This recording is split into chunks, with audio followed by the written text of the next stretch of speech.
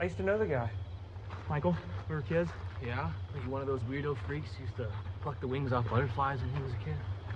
Not that I ever saw. He was Just killed his sister when he was 6 years old? yeah. My mom used to make me go over to his house to play. She felt bad. But he would just spend the whole time staring out of his sister's bedroom window. I always remember thinking, the hell was he looking at up there? He was looking at Haddonfield. A simple town where nothing exciting ever happens. Yeah. And one day, he just snapped.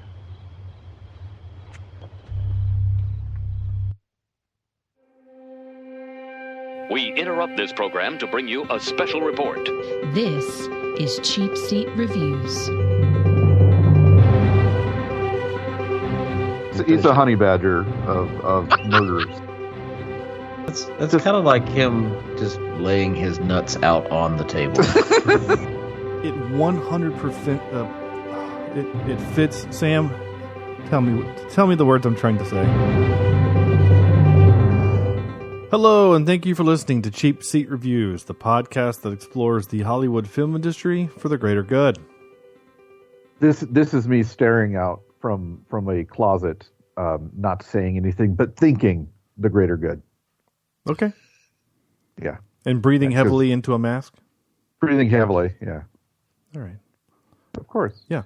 I mean, for a guy that's inhaled, fire and smoke and been shot in the face, you sure have a nice, even breathing, Right? You're good. Well, and we'll get to maybe why that is later. Oh. Right? Well, he is wearing a mask. I mean, it's got to protect him, right? Sure. Yeah, in these trying times. So I'm going to go ahead and kind of break a rule. Sam, did you recognize the voice in that intro? What? So in our intro or Halloween intro? The Halloween intro, the audio clip I played. No. That's the guy, the police officer, isn't it though? Yeah. But why am I supposed to recognize his voice? So I know I'm breaking the rules. But he was. Remember that movie that we did, the cop movie with the low budget cop movie that Stephen Honeycutt had us watch? Yeah. Jim Cummings. Jim. Yeah. Yeah. That's him. Is it really? Good. Yeah. Yeah. When you Wow. go back. Okay. Wait a second. Was he in this movie? Yeah. Just listen to it. I'm going to play it again. I know again. Okay. Yeah. I'm going to intro the rest of you. I just had to get this out first. This is, again, nothing about tonight's episode is going to be normal. So I'm just going to go ahead and break it all now. All right. So here we go. Just listen to it again. Yeah. I used to know the guy. Michael, we were kids. Yeah? Was he one of those weirdo freaks who used to pluck the wings off butterflies when he was a kid? Not that I ever saw. He was Just killed his sister when he was 6 years old? yeah. You hear it now? Yes, totally. Oh my gosh. Yeah, it's the He same needs to just guy. start dancing to no music in front of the coffin, and we're good to go. You didn't recognize him because he didn't have his mustache. So That's what it was. Yeah. Oh my gosh. Wow. Okay, that is that's a callback, or Yeah. that is a that's just a fun great callback. I think that was flashback. kind of cool. Yeah. Yeah, for an actor that really poured his heart and soul out into a movie that was weird. Okay, again, I know I'm totally breaking stuff. Like I said, nothing on this episode is going to be normal. So, what is this episode? This is episode 369, and tonight we're talking about Halloween Kills. This is part 2 of our 2-part series with the Measuring the Score podcast, which we're going to introduce Chris here in just a second. But this is very cool. We've never done anything like this where we did like a part 1 on another show and a part 2 for us. So if you're listening to this, if you're our normal listeners, all 3 of you, please, if you want to kind of really get the full, the benefit of the part 1 and part 2, you got to go listen to part 1, Measuring the Score. Go to the @Measuring the Score podcast. Chris will give you all the actual information. But go find our episode. It's labeled the one with Cheapseat Reviews. And listen to part 1. This is part 2. So if you've only listened to just this one, you can, but I think it'll actually help give us some context, especially when we make reference to a couple of inside jokes that we're laughing at and you don't get. It's because it's from that episode earlier. So go listen to that episode. All right. there's all that context out in the front. I am Shawn Allred. Just now getting to, I'm Shawn. You guys know that. I'm Shawn. Joining me tonight is Andrew. Didn't watch the movie and is just here for the beer, Jemison. You're also muted. You're still muted. 369 episodes. Here we go. It's going to be one of those nights, folks. There we go. So I know. I did not watch the movie. Because I was busy with grad school and other stuff, looking for apartments and places to live for my family. So, yeah. You were living, dude. You're living. Just like That's right. half the people in this movie were trying to do. Life was just happening. Yeah. Life was finding a way, and it did not find a way to watch this movie. And you know what? We don't care. We're glad to have Andrew here. Absolutely. His dry sense of humor always makes things better. And he might even find a way to make my grumpy ass in a better mood by the end of this episode.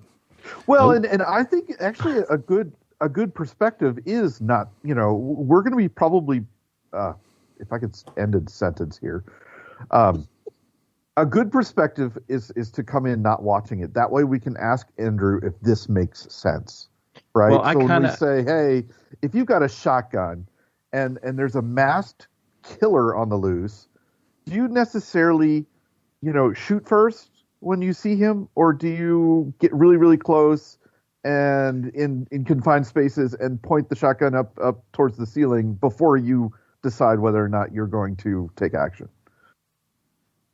Yes. Well, see, what I'm hoping is that you guys can either convince me that I, A, should watch this, or B, don't waste my time. So that's what I'm here. I will say, go back. Shawn, did we did the Halloween 18, right? Yeah, we did it. We did it with measuring the score. I know that, but did we do it for? We have not done it for our episode. Andrew? Okay, No. but we didn't do it here. Okay, No, in my mind, I'm totally. Andrew, go watch that one. Okay. By the way, all right. If there's one to watch that one and enjoy the hell out of it. So yeah. Now you said I haven't seen any Halloweens, but I actually have. I've seen Halloween H2O, which that was many years ago, and that was terrible. Yeah. All right. Yeah. Also joining us tonight is Sam, forming angry mobs since 2006. Vector. I tried to do that down in your neighborhood. We were going after the ginger crowd, but I could only get about 80 people, and I thought, man, this is not enough to go storm Shawn's house and totally raze it to the ground. So 80 is a lot of people. It's just I wanted more to just make a point, really sell the effect. So. I honestly thought you were going to take the Thor Ragnarok approach and say, I didn't print enough pamphlets and so no one came. Except my mom's boyfriend, who I hate. That other voice you hear laughing is, of course, Chris. Killing for Michael is an art form for him to express his emotions from the Measuring the Score podcast.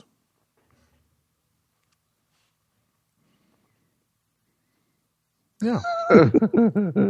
Well, it feels like in this movie more than the last movie, because Michael didn't kill, he just killed people in the last movie. In the 1978 one, he killed people, but then made it all pretty, did these elaborate... he did it with style. He did. And he just don't care. He's gotten old. He's tired. He just wants to hurry up and finish He's a it. honey badger of murderers. But I still feel like care. In this movie, he still did a couple of those moments, right? With the gay couple, he set them up like their picture. There was some other things that he did that he didn't need to do, but he did because he wanted to. Like shoving the guy up the attic staircase and. It was like, what was the point of that? It was like, oh, hang on, I'm gonna kill him. Oh, wait, let me stuff this up here, and there we go. Yeah, all right, I'm good. Because I'm all so right. strong. Nobody will see that up there. Well, I'm so strong I can deadlift a guy into an attic stair thing. That dude probably weighed 230. I mean, just anyway. Right. All right, we're getting way ahead of ourselves. Stairs. He might have put it on the stairs and then using leverage pushed it up. to a certain point. You're right? still using a hinge with the leverage. It's still 230 something pounds. I'm not saying that. Yeah. You're not wrong, Sam. It would have helped, but Well, I mean, the last body I had to carry wasn't that hard to drag across the ground. So there's ways to get things places. I mean, he also took that old man towards the beginning of the movie and slopped him over the the little island there in the kitchen and just stuck every knife that they had in his back. God. Again, for no reason other than that was so brutal. Yeah. Right? And it was touches like that this movie just it tinges on being as good as the other two. It really does. It just doesn't quite. Well, we'll get here. We're going to get there. I know I'm jumping way ahead, but Chris, thank you for coming back on for this. This is a lot of fun. Yeah. I mean, I had a great time. I mean, I was happy you guys were able to join us for the 1978 versus 2018 bonus episode. And we released that earlier this month, I think. Mm-hmm. Yeah, it was earlier this month. Yeah, and it was our first time having guests on, so, sadly Andrew couldn't be there. We broke that. Oh, yes. That was the first time we have ever had guests on our show, and it was you guys. So that was great. Really? I could have swore you had other guests on. I don't mind thinking. No, they've had better guests on. Yeah. No. You guys were the first time we ever had guests. We have other people lined up way before this, but you guys were the first ones that we ever aired. So yeah. Chris, I will say I'm a little disappointed that somehow I didn't weasel my way on to your Jurassic Park podcast that you just released this week. Well, that one was a total surprise episode. We were just like, we're just going to do this. Yeah, man. I can't tell you how many times I wore out the tape in my car listening to that soundtrack. I love that thing. Yeah, you heard him right. He said tape. I said tape. Yeah, that's what I was saying. When he said tape, not CD or anything like that. He said tape, ladies and gentlemen. Yeah. Oh, yeah. Hey, I'm right there with you, man. I wore that tape out too. Okay. So back to Halloween. We're getting close. We're how many days away? Several. We're days away, I guess. When this episode releases, we'll be only 2 days away from Halloween. Okay. First, all I can think of, because I'm such a big Halloween fan, is Halloween 3 when they do that stupid little commercial. 2 more days till Halloween. If you guys have ever seen that, you gotta go on YouTube and find that stupid commercial for Halloween 3. It was the most annoying thing ever, and they play it every 5 minutes during the entire movie. And it's the only thing that sucks is that stupid commercial. I hate that thing, but it's like it's engraved in my head, so that's all I hear. A quick safety announcement for all you parents out there. If you're looking through your children's candy this year and you happen to notice something that looks like Sour Patch Kids, but it might be weed gummies, my address is 173. Now, we're not in Denver. Oh, sorry. Wait a minute. Yeah, not yet. Not yet, Andrew. Let's hope sorry. that North Carolina can get along that, but please. No, I agree. We'll have a PO box for 2021's Halloween Kills, the sequel to the 2018 Halloween. Which, by the way,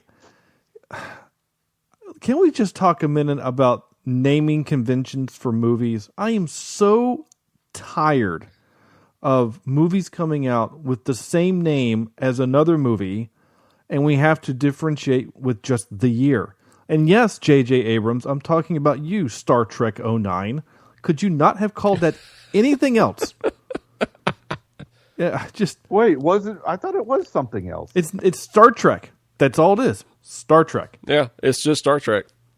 And then what's the other Star Trek movie? What's the first Star Trek movie? The first. Well, then, are there any other movies called Star Trek? No, they all have a subtitle. Star Trek. Yeah, it's just the Star Trek, but like, doesn't that seem a little presumptuous to make? It is completely unique and one of a kind. It is, except that it has the name of the rest of the franchise. It would be like JJ coming out saying that the 7th Star Wars movie isn't Star Wars: The Force Awakens. It's just called Star Wars because all the other ones have subtitles. Yeah. Well, then that would be a unique and individual Star Wars movie, just like that. Yeah, that's kind of like him just laying his nuts out on the table. That's exactly. And here you go. I mean, you're not wrong. It's like, putting "the" in front of something.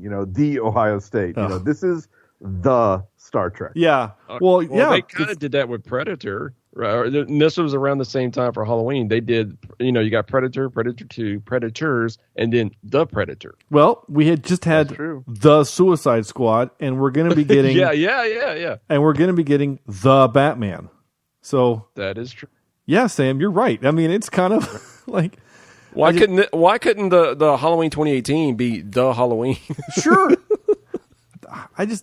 My point is just that the 2018 one needs to have a subtitle. This one's Halloween Kills. The next one is Halloween Ends. Then let this one be called Halloween Continues or the Halloween 40 years later. I don't know. It needs a subtitle. Let's talk about Halloween Kills. That's like the dumbest name for a horror movie. Halloween Kills? How does a season kill? The season's not the one doing the killing. It's Michael Myers. I hated that title ever since it come out. I'm like, Halloween Kills? I mean, really? I'm not going to die on this hill because I kind of agree with you. But at the same time, the killing happens in Halloween, right? Like, yeah. So, So, I get it, but I agree. It should have been Halloween 2. Why not call it Halloween 2? Well, there's already a Halloween 2. Because there's two different Halloween 2s. So there's Halloween 2, the original, and then Halloween 2, the remake. You do the smart thing and then just use the years, right? Right. As smart people would use a movie title with the year, and you know exactly what you're talking about. Well, clarify for my sake. What movie are we talking about this week? So we're doing Halloween Kills, which is the sequel to Halloween 2018, which is a sequel to Halloween 1978. Okay. Yeah. I'm gonna have to send you, Andrew. I found this really great diagram of the universe of Halloween. I tried to explain during our episode. You did. You explained it so well, but it's audio form. It's a little tough. But yeah, I found it online and then I tweeted it out, and it was like the most retweeted tweet the podcast has ever had. It's kind of amazing, actually. There were so many comments. Yeah, I mean, most of it was like, "Oh my gosh, that's so helpful." Yeah. Anyway,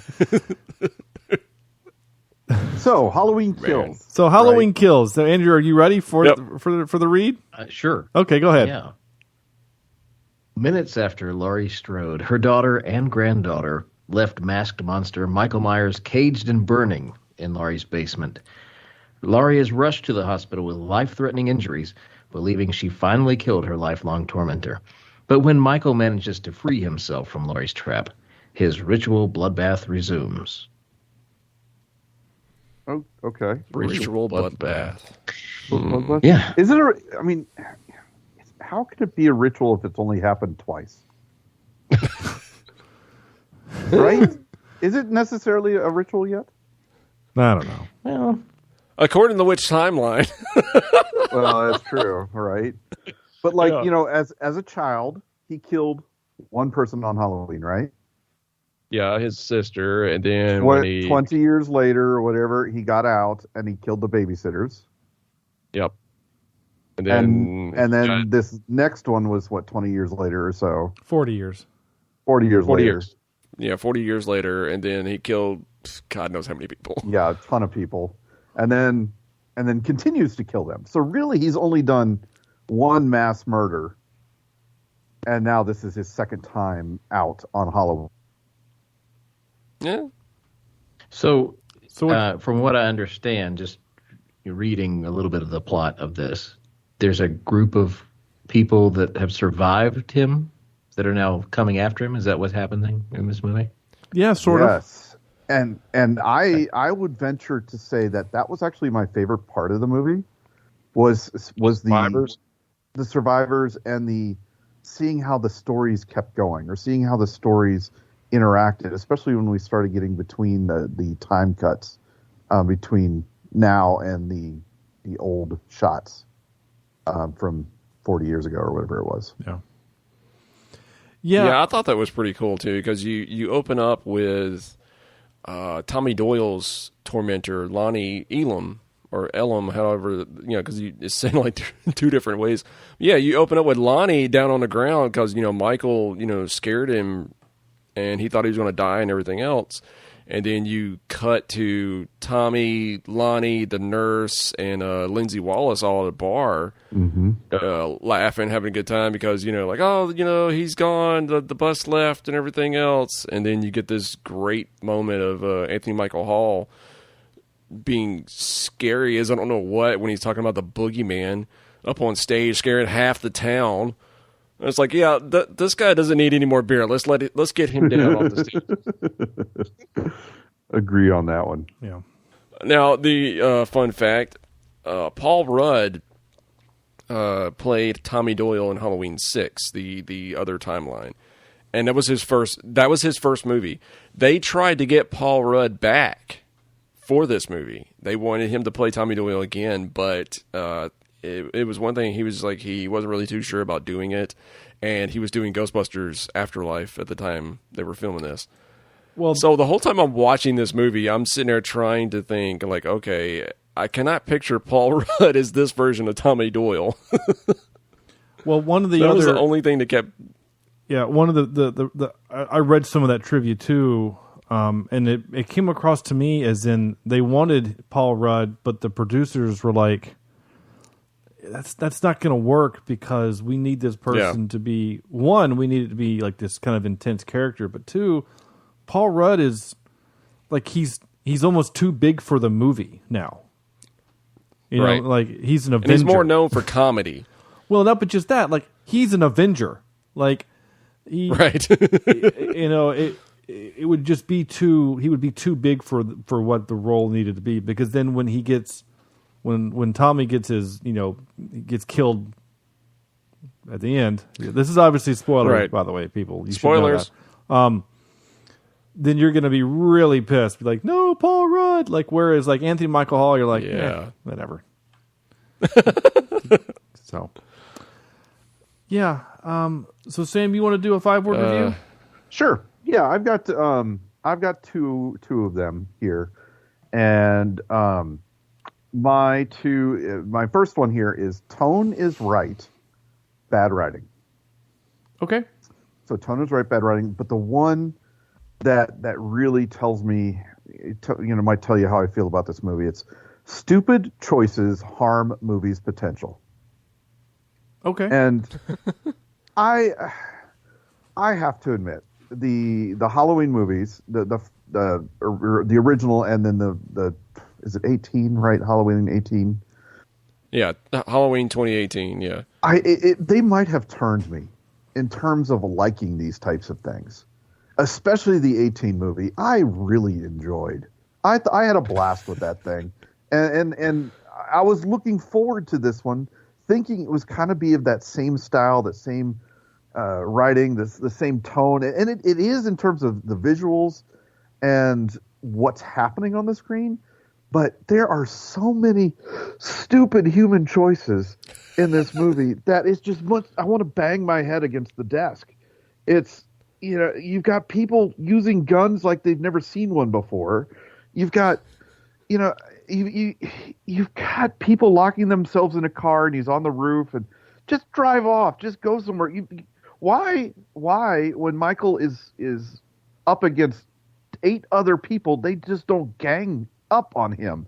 Instead, they do the old 90s action movie where they're going to try to do one-on-one and they all get cut down. And even the fact of, in terms of bad writing, when let's talk about the fire escape, and the firemen are there, and like they're trying to blast him with the fire hose.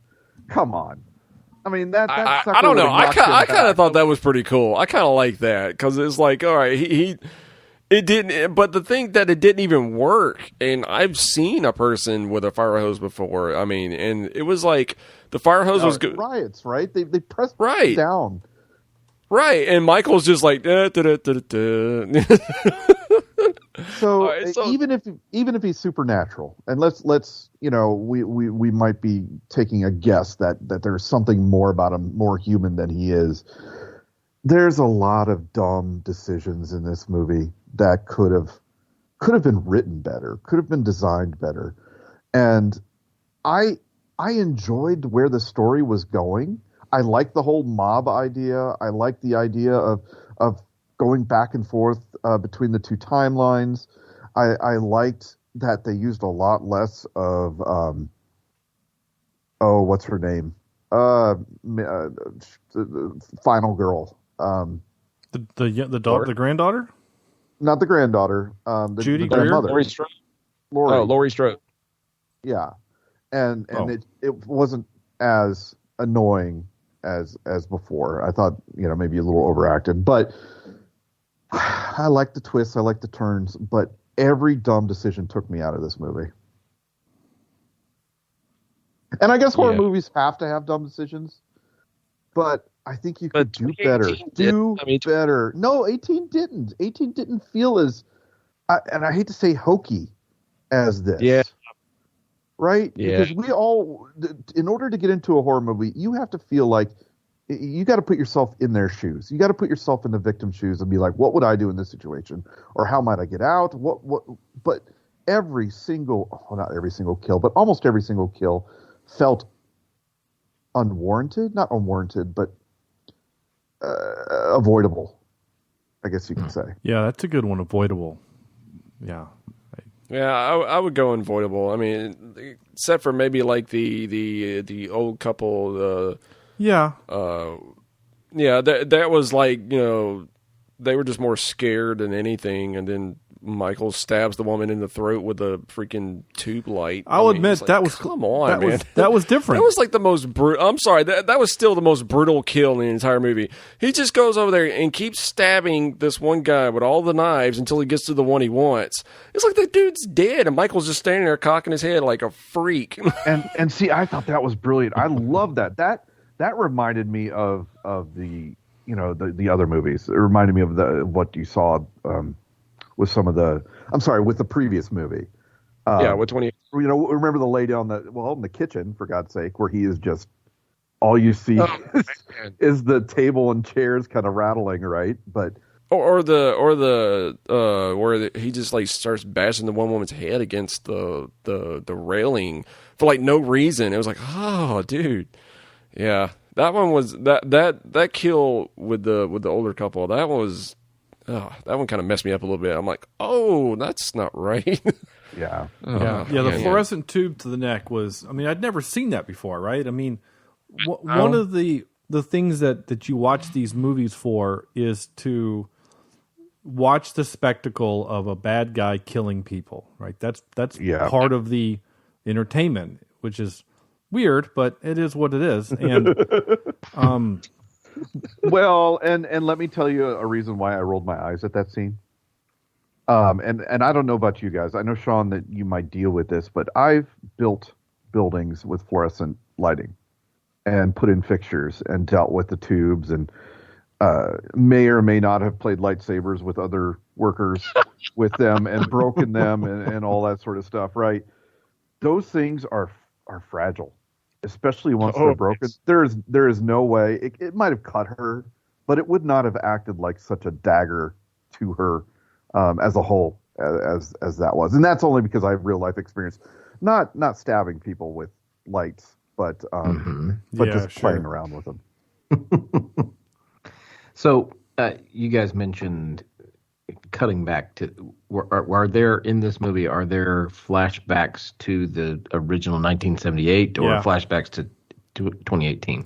No. This movie picks up 30 seconds after the 2018 movie ends. Yeah. Right. And and then his escape from the trap and going off to kill more people on his way home. Ultimately, this is a road trip for him. He's just trying to get home. And we get a lot of these flashbacks. So actor Will Patton is in this movie, and he has this vendetta. He must be the one to kill Michael Myers, because he was there the day they caught him at the end of the first Halloween movie. Now, the one that the 78 one, that movie ends with him not being caught. Right. And they made Halloween 2 is a direct sequel from that, where he goes and kills a bunch of people in a hospital and whatever. But this movie says, nope, because in the 2018 movie, he's back in jail. He's back in his, he's been caught. He's back in his club. Yeah. So they had to explain that somehow. And so in order to explain that, they retconned at the end of that movie, where after the doctor shoots him, he falls out the window. Before the police get there, there are two cops that are there in the room. Will Patton, where it happened, where it happened, and our guy Jim Cummings from that movie is standing, kind of looking out the window, and then Michael attacks him and is choking him, and Will Patton, a 23-year-old Will Patton, draws his weapon, and being a terrible shot, decides that instead of not only a terrible shot, but a terrible human, a terrible person, you've got to, picture this, Andrew. A guy is choking out another guy. Out. Your He's partner. Not stabbing him. No. He doesn't have a knife to his head. He doesn't have a gun to his head. He's choking him out. You've got a gun. What do you do? Pop quiz, hot shot. What do you do? There's your speed reference, Chris. Right? You shoot the hostage, right, Andrew? You shoot the hostage. Yeah. You shoot him in the neck. That's what you do. Yeah. This guy shot him in the neck. Go around. Go up to him and put the muzzle closer to his head. Go do anything other than full on shoot a guy that he's using as a human shield. It's just I was so mad at that scene. I was not happy with that scene. Yeah, I was mad too, Sam, and I'm glad you're saying that, because, and Chris is saying you're getting awfully passionate about it. I was pissed too, because my first thought is, okay, I understand that the idea is that he's a rookie and that he's nervous, right? So that's a trope, that he's a rookie and he's obviously never fired his weapon before, and the reason why he's a sheriff in this little town is because he doesn't want to shoot people. Like, I get the trope, but you're a sworn officer in the law, and if your hand is that shaky, there is no reason why your finger should even be on the trigger of a weapon. Yeah. And then after he shoots him in the neck, Michael's leaving, and he's still shooting at him, and the bullets are just like going all around him, almost like a stormtrooper. They're not even close. And I'm going, wait, is this really happening? Yeah, if really he's like 6, he's not even that, I don't even think, and he's still missing. Like I said, he's like full on stormtrooper missing it. I'm going, wait, are we really doing this right now? This is okay. Okay, all right. Any mental problems this guy had is totally deserved, and I don't want to say that a whole lot, but his ineptitude is just blows my mind. Well, and then the movie does something that's even crazier. So as he's recounting this story, we are watching this scene happen because we're just getting background. It's not like he's telling this story to someone. We're just getting this story as the viewing audience, so that we can understand why Will Patton is so ardent on catching Michael, because he blames Michael for it. Because then you find out later in the movie that the sergeant, or whoever he is, the captain, is like, he tells him what actually happened. I shot him in the neck. And he goes, no, he drew his weapon and trying to shoot Michael, and instead, killed himself. Right? So that that prevents Will Patton can continue to have a career in the police force, and his wife doesn't think that in the Halloween movies. Yeah, we got you. Well, and it allows the guy, but it also allows that the dead cop's wife doesn't think that there's a man on the force that killed him, right? But I don't know, it just, part of me thinks, how could you continue to be a cop for the next 40 years with that secret? You know, that seems so heavy. Yeah. I don't know. I'm with you, Sam. We're here. We're just going to stay here, Sam. The other part of the movie that has some gunplay that's just so bad. Sam mentioned it. They're in a car. Michael is on top of a car. There are 3 people inside the car, and they're totally scared. 2 of them have guns. The woman is just shooting out the side windows. The young couple, the nurse, the doctor lady, climbs out of the car. And does she make like a dead sprint away? Because when... Yeah, she like disappears for like a good 5 minutes. Yeah, she leaves. Yeah. I don't understand why she has the only weapon at this point, and she just runs leaves them behind. F away. Yeah. Her husband leaves her husband behind. I don't get that because he doesn't know how to shoot a weapon, and she obviously wears the pants in that family. And she's like, give me this. I know how to use this. And right. And then so Michael, you know, he finally kills the nurse from the first movie. He finally gets her. Which, all right. So I got a problem with this. All right, so this woman has died 2 different times in these Halloween films. She died in Halloween H2O. All right, so then she shows back up, 40-something years later for this new timeline here. All right, so it's like, all right, this is the nurse. Maybe she's going to live a little bit longer. No, he's like, he kills her off within, 10 minutes of seeing her. It's like, oh, that's the nurse. Oh, she's dead. Yeah. And I was like, what the crap, man? You just, kill her off like it's nothing. I'm like, that's crap, dude. At least give her, like in H2O, she had a, somewhat heroic death. She was fighting. She was trying to... No, she's just, shooting at him, and she says, this is for Dr. Loomis, and then, like a dumb person, oh, I'm out of bullets. The classic, horror movie trope, goes to shoot the killer, there's no bullets in the gun, and then Michael just comes in and stabs her like it's nothing. Like, okay, just a regular victim. Did you count the bullets? Was there 6 in there? I didn't count the bullets. The part that annoyed me was actually the way he actually kills her, because he stabs her with the knife, I think. But then he pushes her head through the window and then, smashes it down on the glass, and glass comes through her neck. Well, since the 90s, those windows are designed to completely shatter so that when you're in a car accident, shards of glass aren't cutting your neck off. You know what I'm saying? That wouldn't happen. But, okay. There's so much of this. I can give them that. Yeah, there's so many other issues that wouldn't happen that's in this movie. So then the doctor lady comes back with her gun, and she's firing just blindly. She's hitting she's breaking out, headlights and rearview mirrors, and but she's doing it from 30 feet away from the car. Let me empty my magazine into the engine of this car. Yeah, Not in the passenger area, but into the engine of this car. But then she makes the same flaw that everyone that doesn't understand what guns makes, is she gets too close. And she gets so close that Michael just kicks the door, smacking the gun in her hand, which swings around, and she shoots herself in the face. I laughed. Which, I'm sorry, I laughed. He LOL'd on that one. That was a good death. I enjoyed that one. I rolled my eyes. I wasn't expecting it. Let me just say it like that, because right when it happened, I was like, huh, okay.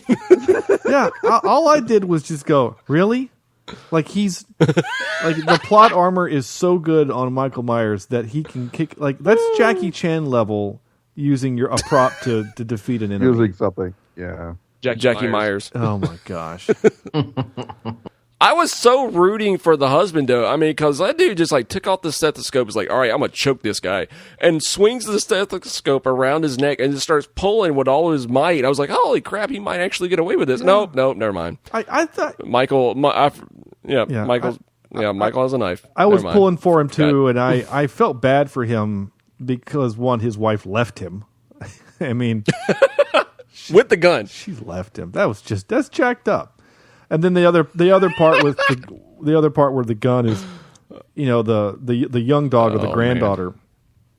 I don't know any of their names, but the young daughter, she's got this tactical shotgun, and she's Allison. There we go. Yeah, I had to stop and think for a minute. Yeah, she's got this tactical flash shotgun, and they're walking. Her and the boyfriend are going through the house, and and they again classic horror trope where they split up, right? So she goes in to check the thing, and then the boyfriend goes, and then he sees that his dad is whatever, and then Michael comes over and it starts, roughing him up, and she just runs straight towards him like she's got a bayonet on that shotgun, right? I mean, she just runs towards him, and he's easily. Yeah. Oh wait, no, this ain't a blade. I'm again, Sam. I'm totally with you. Like the purpose of a gun is so that you can shoot things that are far away. Like that's the point of them. So anyway, or with a handgun, you get close enough to be accurate, but you don't have to get right next to them. You don't again. What was that? It was a TV show. No, that's not right. You shoot blindly. I mean, that's what you're supposed to do. You're supposed to just start aiming, and wherever you, yeah. I mean, there's a y'all didn't know that. That's what you do. You start going in a circle and start shooting all. There was a TV show called Criminal Minds. Did you guys ever watch that at all?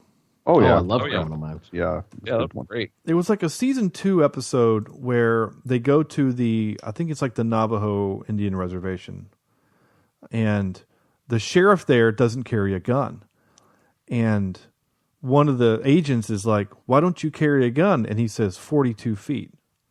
And he says, "What does that mean?" He says, "I can close on you with my knife. As long as I'm within 42 feet of you, I can close in on you before you can draw your weapon. So I don't need a gun."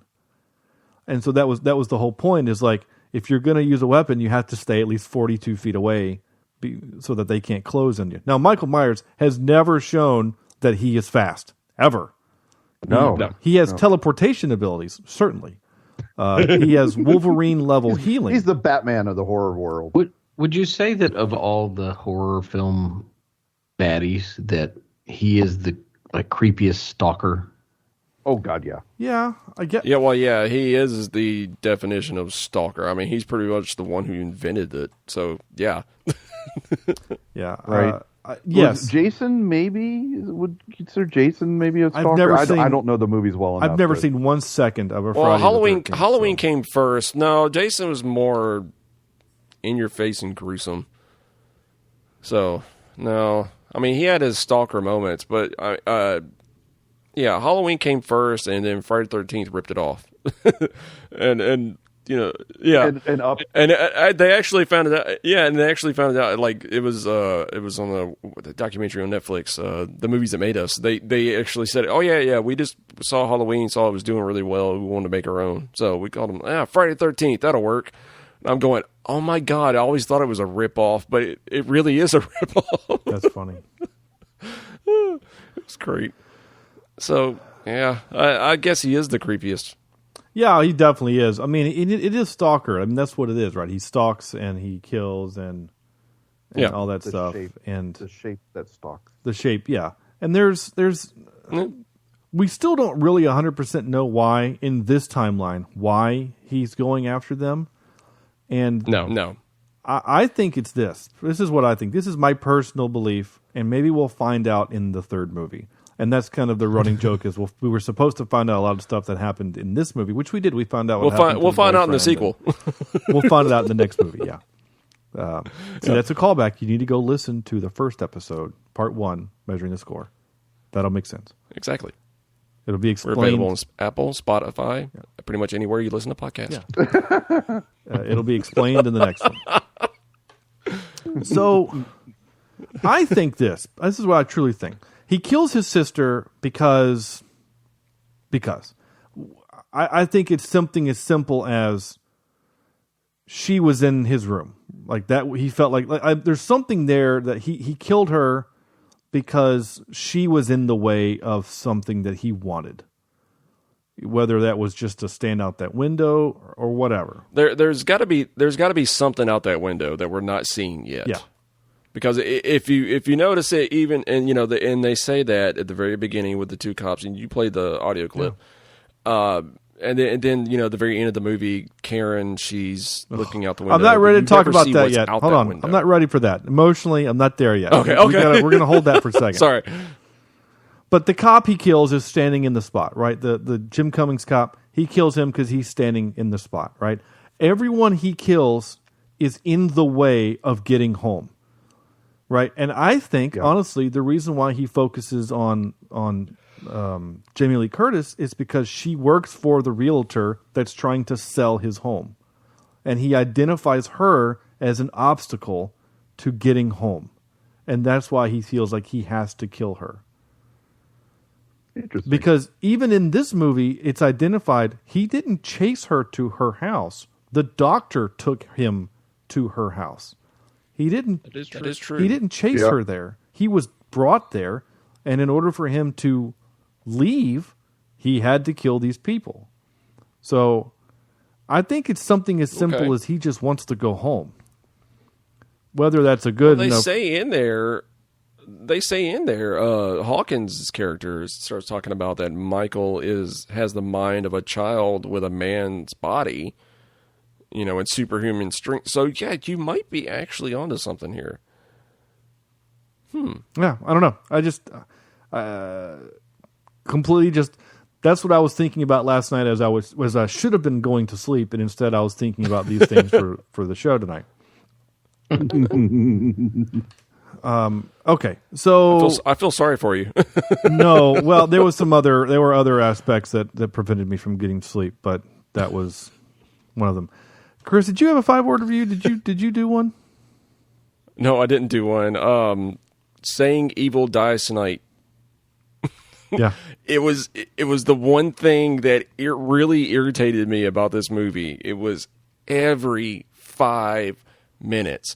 Oh, evil dies tonight. We're gonna get him. It's like, oh, okay, you just said that, like 5 minutes ago. You don't need to repeat yourself. And then Anthony Michael Hall running around, sticking his finger up in the air, saying "Evil dies tonight."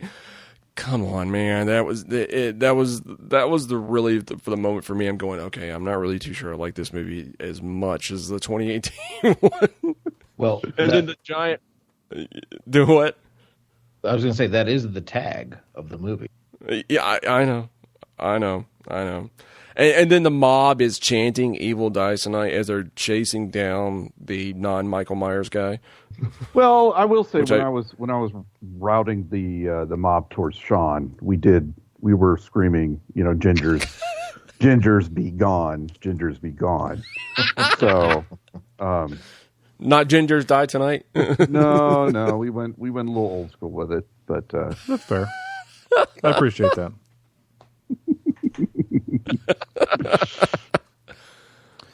Okay. But no, that was my main thing. It was every 5 minutes they're talking about he's not a man, he's evil, he's pure evil. He's evil dies tonight. It must die tonight. It was always die tonight. It's like, come on, man. Just get over it already. Just stop. Use it like 5 or 6 times. All right, we get the point. Evil dies tonight. Just let's move on. No, let's say it about 50 more times, just so the audience doesn't know exactly what's going to happen. And I'm like, okay. At this point, by the last time it was coming out, I'm going, oh, let me guess, evil dies tonight. It was becoming like on our show with Beverly Hills Cop. It was like, oh, there's the theme again. Oh, there's the evil dies tonight again. Yeah. It was almost to the point where I could get up, go to the bathroom, and come back. Did they say it again? Yep. Oh, okay, we're good. So let me ask this question: if that's the tagline of the movie, and if that is the theme throughout, does evil die? No. Well, and I don't. Well, but because there is another film coming, I can automatically say evil does not die. Well, I don't necessarily mean Michael Myers. See, that's a good question. That's a good question, Andrew, because one would argue that the mob turns evil, right? They turn evil, and a lot of them die. So you could make the argument that it does. I'm just saying. Because Laurie did say that he is turning us into him, basically, at one point. Yeah. He is turning us into monsters. So, yeah, in a sense, yeah. All right, so I'm going to do my 5-word review because I do want to talk about the ending here in a second. So I did 3 5-word reviews, which is unheard of for me, but I was in a mood. when I wrote these. I usually just do the one. I'll allow it. So my first one is kind of my actual kind of what I would do as a 5-word review. My second one was a little bit more whatever, and my third one is my true feelings. So number 1, slasher horror plus social commentary. Okay. So Sam made the point to me in text, and I hadn't thought about it, but he's 100% right. This movie really feels like an anti-gun PSA. Anyone that touches a gun gets killed. Yep. And not only that, guns inherently in this movie are dangerous. They do not help. They don't do anything for you. They simply using one will end up getting you killed. Yeah, and in fact, so far in these 2 movies, everyone that has carried a weapon at some point has been stabbed or killed. I mean, even the boy at the beginning of the movie, at the beginning of the first one, shoots the doctor, right? Yep. And we asked that question on the other show, the first episode. It's like, is this movie an anti-gun thing, like gun violence because the kid shoots the doctor? And then this movie again, like everyone that's got a gun is more of a danger to other people than to Michael Myers. Yeah. All right, so like the scene where Allison, when she's got the shotgun, and they slowly open the closet, and I'm going, okay, what are you going to do? I was like, please tell me she's not just going to start blasting away as soon as the door opens, and she did. It was like, what if Michael was not in there, idiot? I honestly thought it was going to be the kid's dad was going to be in there. Yeah, I thought it was too. He was stabbed to the wall, but not dead, and then she's the one that kills him. I honestly thought that was what was going to happen, because I knew as soon as that closet door opens, she was going to pull the trigger. They telegraphed it, and then, but of course, it was a pumpkin because Michael Myers is the best at creating a trap for people. You know, he's thinking ahead. If I light a candle and put the pumpkin down here, then I'll know that they're down here when they shoot the pumpkin. Like he's so good at that. Yeah. Okay. Number 2. This movie has 2 monsters. And again, going to what we were just talking about. I would actually just say about that. Anthony Michael Hall, excuse me, is kind of the other monster in this movie. And I kind of hated the way he died, but I also understood it. Go ahead, Chris. Yeah, I was going to say I can agree with that because he's the one who incites the riot. He's the one that is saying the law doesn't know what they're doing, and he even starts, scaring people like I talked about at the beginning where he's kind of scaring people at the bar and everything else. He's the one that's stirring everything up. Yeah. Just... Yeah. I definitely do agree with that one. Yeah, he's basically like Gaston from Beauty and the Beast, right? He's the dude that has the charisma to incite a riot, basically. We even had kind of a mini montage of him saying, "You go there, get on the radio, you call him, right." Like he's giving orders, like he's military commander. Okay, and driving the worst vehicle ever. Yeah, that old busted Mustang. But the other part that, again, back to Sam's point, not just about guns, but bad decisions. Okay, you formed your posse and you've sent them out. We are in 2018, right? This is 2018. Yep. Everyone has a cell phone. Yeah. But not one person in this movie uses it to their advantage. Not one time. Nope. When the group are when they find the kid at the playground, which ultimately becomes their demise, right? Because Michael kills another kid in this movie, right? Let's not gloss over that. He kills a second child in as many movies now. This one's not shown though, right? It's not shown. It's just you see the dripping mask of their friend. So and then you hear the other kids. Isn't that Dennis's mask? Yeah, and I couldn't tell if that was a skull that had been ripped out of a head. No, that was a skull mask. Right. I just that's where we were in this movie. I was like, oh, I guess maybe there's going to be that type of thing. Yeah. So he. Okay, so he does that, right?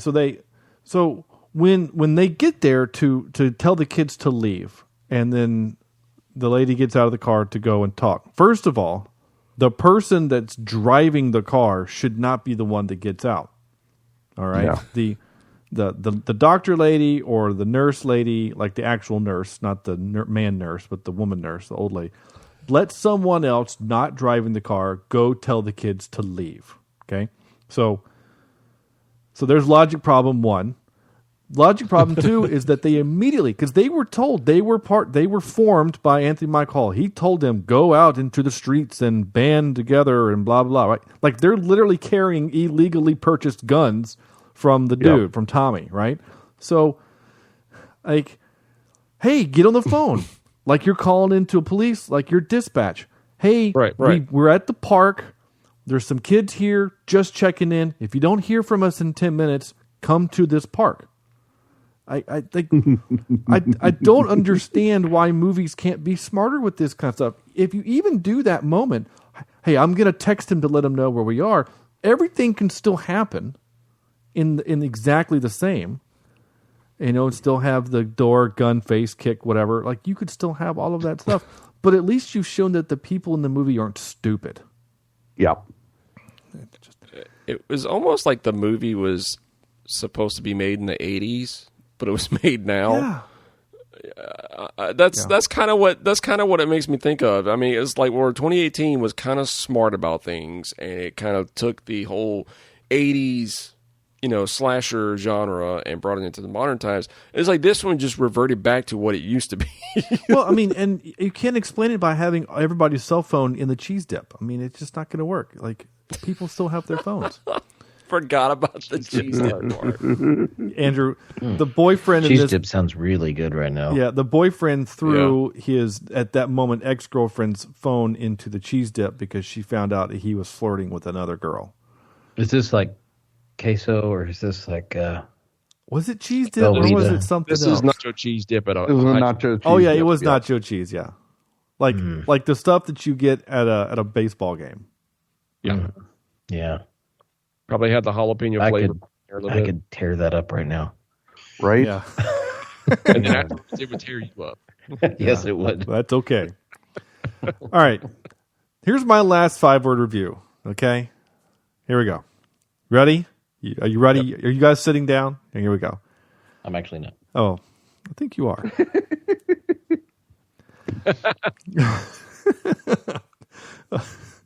Andrew just disappeared from the camera. That's why we're laughing. I fucking hated this movie. Oh, wow. Wow. Okay. All right. Okay. Seriously. Okay. I think this is a Cheapseat Reviews first. I know, right? It's not. I have sworn on the show before, but it's usually because Sam made me mad, not the movie. All deserved. Oh yeah, all very deserved, including this movie. This movie pissed me off so bad. All of the little dumb things we've talked about were building my inner rage for this movie. And then we get the ending, okay? So, we're going to talk about the ending. Again, we've been fairly spoiler. Here comes the spoiler. And Andrew, you've been warned. Okay. Judy Greer, actress Judy Greer, she's great and all the things. Every time I see her, I still think of her as her weird character on... Aren't we supposed to call her Dame Judy she's Greer? Not Dame Judy Dench. Get the hell out of here. We're talking Karen here, right? Yeah. Yeah, okay. And though she is Karen, she's not a Karen. Just like your wife is not a Karen. Well, wow. No, I'm kidding. Yeah. Though she won't listen to this, we still don't want to incur the actual wrath of your Karen. Of Karen. Yeah. So we established in the first movie that she kind of sucks, and then at the end is also a badass. Yep. In that she knows how to handle herself, and she's actually very confident. And she also has a lot of rage built up from not just the fact that Michael has tormented her mother, but he also killed her husband. So she has this inner rage in her, and she's letting it drive her in this movie. So when we get to this movie, for the most part, she's just trying to protect her mom. Her mom's been stabbed. Her mom's in a bad way. She's trying to protect her mom and protect her daughter. And her daughter sneaks off with the trope, she has to sneak off to go do her own vigilante justice with the mob. And so when Karen finally makes the choice, basically she's so pissed off because this mob killed an innocent man. Yeah. And so Karen is ready. She says, technically they didn't kill him. Technically, they scared him so much that he figured suicide was the best course of action than being ripped apart by this mob. Which is actually a really sad scene. It is. It was. Yeah, I agree. I felt it was like afterwards. I was talking about this with like a friend of mine. I was like, "Oh, they shouldn't have killed poor Penguin." And he was like, "Penguin?" I was like, "Yeah, he's short, bald, and had an umbrella." Yeah, it's true. They actually call him. So it kind of ruined it for me, but at the same time, I felt bad for the little guy. It was like, "Oh." And then it was like the most gruesome looking thing ever. It was and gross. Like Tommy Doyle was all leaning up close. It was like, dude, that's not okay. Yeah, No. that was pretty rough. So Right. she leaves and she's pissed at Anthony Michael. She's like, "This is your fault. Like you did this." And he goes, "I'm sorry." And she's like, "So you just gonna stand there and be sorry like a little bitch?" And he goes, "Well, no, I'm gonna go out swinging," which is foreshadowing. And so they divide this plan that they're going to go back to Michael's house because they know that's where he is now. And so they get there just in the nick of time as the daughter, the now granddaughter of shotgun wielding granddaughter, is getting her ass kicked. And she's about to get killed by Michael when Karen stabs him in the back with a pitchfork. So this is now the beginning of the sequence where we have now proven that Michael Myers is no longer human. Because not yet. No, not yet. I'm still willing to believe. No way, man. All right, hold on. No. His rage is keeping him going. It's not yet. It's coming, but it's not yet. I think at this point, adrenaline. Yeah. I think there's something else medical. We have to have an explanation that he can't feel pain. You know what I'm saying? So in the course of 3 hours of life, he's been shot in the face in a burning building, been hit with 300 psi water. He lost like two or three of his fingers. He's lost 2 or 3 fingers. He's been cut in the hand. He's been in the fight on the top of the stairs. The granddaughter stabs him twice with the knife in the gut. Yep. And then Karen, after she stabs him with a pitchfork, stabs him with a pitchfork in the back. Yep. Rips off, punches him a couple times, stabs him a couple times, throws him down on the stairs, steps on his face or his hand. I think his face. No, it was his head. It was his head. It was his face. Yeah, it was his head. She curb stomps him. Yeah. Then takes the mask and then leaves her daughter there, knowing that Michael would chase her because she had the mask. He has to have the mask. Yeah. And so she leaves. She sets up a trap. She puts the mask in the street. Michael goes to it, and then all the lights come on, and there's like 30 guys there, and she says, "Gotcha, you son of a bitch." You know. So she gets to say the line twice into the two movies, and this is where we get the 90s era. You come at him one at a time. They actually beat him up pretty good. He gets hit with a bat and a chain and a thing and whatever. And then one guy actually popped 3 into his chest. Shot him 3 times with point blank. It looked like maybe a 38. Could have been something smaller. I honestly, you see the exit holes as the blood's spraying out of his back. Yeah, I honestly thought that when that guy, I heard 3 shots. I honestly thought he was going to kill 3 of his friends in the circle, and that's how it was going to end. Was like, again, a gun kills the wrong people, and then that's how Michael was going to regain control. In fact, that's the only time in any of these movies that a gun seemingly does something good. Well, I mean, the doctor in the 1978 pops him twice in the chest, and he falls out the window. So he does hit him a couple of times too. So at this point, the man in his lifetime has now been shot like 7 times or whatever. But again, tonight, in the course of this night, he's been shot in the face, Shot in the face, and then at least 3 times by a dude in the circle who we don't know who he is. He's just a bystander. He's just there for the violence. And then they stomp on him and they beat him and they knock him down and whatever. And of course, we're back to poor decision making, right? So they're like, oh, let's not forget that they give him time to put his mask back on. They let him put his mask on. Which looked cool. It looked really cool. It was a very cinematic moment. Don't get me wrong, but at the same time, it's like, no, just go after him. Go ahead. He's putting his mask on. Get him now. No. All right. He's got the mask on. Now go after him. Because we've established that that's his Popeye moment, right? The spinach is his mask. Yeah. Yeah. You're right. You're 100% right, Sam. That's his Popeye. He gets his spinach from his mask, and so they beat him down. And Karen gets to stab him in the back. She gets to have her moment of revenge for him killing her husband. And then she leaves. And so this is where, if the roles were reversed, if he were a good guy and she were the main boss, now the good guy, because the boss has left, is now able to exact his revenge. And he takes the knife out of his back and proceeds to kill the remaining guys. And the way that the shots are shot and it's edited, it's one at a time.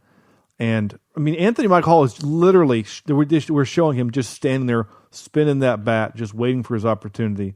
And once again, you have a bat. You have an additional 3 feet of length, and you wait for him to get 6 inches away before you start to swing. And of course, he dies. Right. So this is all happening while we're getting like a monologue of Jamie Lee Curtis is in the hospital still talking to the cop. The cop. Paul Walker. Texas Ranger, yeah. None of that was right. And Judy Greer goes back to comfort her daughter who has a broken leg and a bandage on her face, whatever. And now Judy, for whatever reason, has this desire to go into the room, into Michael's room, and to look out the window to see what he sees. And as soon as she stands there, all I could think of was get the F out of the freaking room. And then Michael shows up and kills Karen. And I was so pissed. Oh my God, I was pissed. I was so mad. She's like the only good character in this entire franchise. She gets to be reunited with her husband. So mad. I was so sad, dude. It sucks. And the way they shot it was cool. Hang on just 1 second, last second, Chris, and I'll let you go because I know I've been talking for a minute.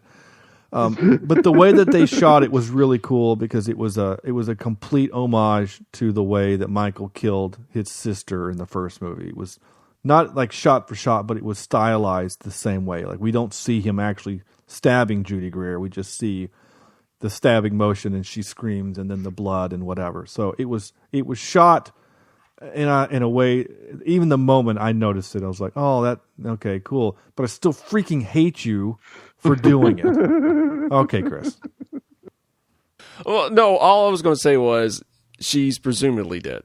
Presumed dead. Because look at Hawkins. I thought for sure that guy was dead. I had no idea Will Patton was coming back until the movie started up. And, he's still alive. So maybe Halloween Ends shows up with Karen still alive. So there might be a little bit. It'll be explained in the next one. No, I see. Yeah. there's not one example of Michael ever leaving anyone alive. That's true. That's true. Yeah, because Hawkins was stabbed by the doctor, not Michael. Yeah. So I think she's dead. Now, if they do bring her back, then okay. If you're gonna let her have Wolverine healing powers too, then what are we doing here? But I think she's dead, and that really sucks. And it's gonna fuel, of course. Now, from what I understand, the third movie is not the same night. The time is gonna pass. Yeah, it's 4 years later, is from what the director is saying. Where does he go? It's going to be explained. It's going to be explained in the next one. It'll be explained in the next one. Well, you've already said that he might not be human. So, yeah. All right. So in the original timeline, he was, not human. He was a supernatural entity, basically. In this timeline, the director originally said, "No, we're not going to do the whole supernatural thing. It's Michael's just superhuman. He is just what he is. It's not supernatural, nothing like that. But then throughout this whole movie, they're saying the whole evil. He is evil and everything else, and he can't die, and he's fueled by this, and he's fueled by the every time he kills, he gets stronger. And I'm going, okay, now you're leaning more into this is supernatural. He's, I'm very curious as to how they're going to explain all this in the final film. It's like, okay, crystal meth is a hell of a drug. Yeah. Or bath salts or whatever is the thing. Bath salts. Go with bath salts. Bath salts would make more sense. But I would say he has to be supernatural. There has to be. After all the damage at the very end, after all that happens, to all of a sudden pop back up at full speed, there's something in him. Sorry, I'm laughing. I just saw the graphic you made, Sam, for this week's episode. Oh, yeah? That's hysterical. Oh, my gosh. I love it. I don't see it. He sent it to our Facebook page, or our Facebook chat. So you'll see it, obviously, when I post the episode on Twitter here in a couple of days. But Sam made a graphic where there are bullet holes everywhere except the couch. On the chair, that people in this movie are such bad shots that they can't even hit a chair sitting there in the room. Pockets shoot. That's what happened. I love it. That's great. That is funny. No, that's really funny, Sam. I appreciate that. Thank you. People at home will get to enjoy that in a little bit. Yeah. All right. I'm gonna cut through a few notes before we move on to some of our other stuff. I have clips, but not many. I really don't have a lot. There's not a whole lot of this movie that isn't just a lot of F-bombs or just screaming. I will say one thing I did miss. I missed the theme. I don't think they used the theme real well when we talk about measuring the score, right? I don't think they used it real well in this movie. And now, if you listen to the score, it's on its own because since this is basically part 2 of our episode, I listened to the score. Mm-hmm. Also, I was just really excited to hear the score by John Carpenter again. I was expecting, a lot more craziness going on, a lot more energy, but there was a lot more, softer moments to the score. But in the score itself, it was in there a good little bit. Yeah, it was in there, a couple of times. The one track that I really loved, I think it was He Appears or something like that. And you hear the Halloween theme playing, but then you get that awesome guitar coming in the background, adding like a lot of depth to the already, cool Halloween theme. And I'm like, oh, this is great. And then, of course, this Halloween theme opens up with, instead of, the big, bass line coming in behind the piano, you get a choir, almost gothic style theme going on, which was kind of a first for this, entire franchise, which I thought was really cool. But you're right, it only shows up every so often. There's only like 3 tracks that I know of where the Halloween theme shows up. Yeah. And that's right off the top of my head. Whereas the 2018 one, they did have it in there more than this one. Mm-hmm. Now, I don't know. I mean, from everything I'm hearing about Halloween Ends, they said it's going to be a very different movie than 2018, and Kills, it's going to be a more, I think Carpenter said, more contained film. So maybe he's going to go back to the, contained the old film. Yeah. And these weren't, I mean, we never went really outside of whatever this town was. Interesting. Yeah. Well, I mean, the first movie is all like on just one street, so maybe we're kind of going back to that kind of a thing, or I don't know, but maybe it's like a Halloween Euro trip. Sure, they're all in a car. Well, the one thing that I noticed, since we're talking about the score specifically, is that when we were in the flashbacks to '78, it was like they were using the exact music cues from the '78 film. So when the little kid Lonnie or whatever is on the street and he sees Michael coming towards him, they used that, that da-dum, those low key impacts on the piano to kind of emphasize what's about to happen. And I'm pretty sure when Jim Cummings is there in the room or something, we hear the piano theme right before Michael attacks him and chokes him out. Mm-hmm. Yep. Well, I guess technically he died by a gunshot wound, but yeah. But you're right. There was the one moment where I really noticed the score, and I thought it was towards the end where it felt like a synthesized guitar part, and it was the Halloween theme, but it was off just enough that, and I remember hearing it thinking, that sounds kind of weird and not awesome. Not quite right. A lot of weird moments with the score.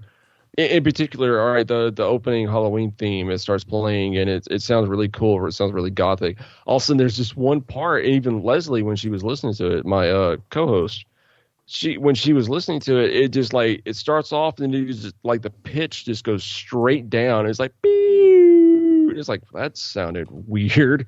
Why put that in there? Because it wasn't scary. It wasn't, to me, it wasn't really cool sounding. There was no real purpose to it. Even watching with the opening titles, I did not see the reason for it. So I don't know. There are a lot of moments with the score that kind of I'm shaking my head, going, okay, that's a little odd. But there was also a lot of really awesome moments with the score that I'm going, okay, I see where you're going with this. But against the film, it was just like the 2018 version. It started becoming noise. I mean, it just blended into the background where I didn't know the score. Yeah. Like the mob scene where they're getting all the mob and everything else. The title track is like Hallway Madness. That sounds like Assault on Precinct 13, John Carpenter. It's got this synthesized going, and you got this, really awesome guitar coming in there. I'm like, all right. So I'm listening to this track before the movie, and I'm going, all right, what's going to happen in this scene? And then when the scene's happening, all you hear is the mob chanting, "Evil dies tonight," and you hear like very, very little bit of the score, nothing else. Yep. Yeah. I was going, what is going? Oh man, come on! Yeah, I wanted to hear that. I wanted it to really pop. So there's a little bit of it there. I'll play a couple of seconds of it just so you can kind of get an idea what we're talking about. Be careful. We don't want to get demonetized. Yeah. We don't want to get kicked off the YouTube either. So this is the end title. So you just get a little bit of that higher energy version. Yeah. Which is cool. But I'm trying to find that one that I heard. It was just... It might be in this. Michael's Legend. Let me skip forward here. Yeah.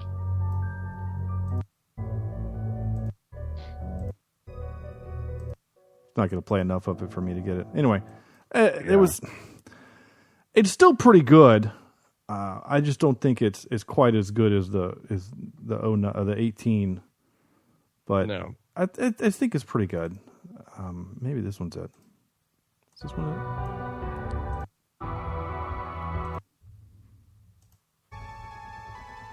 Yeah, this was kind of it.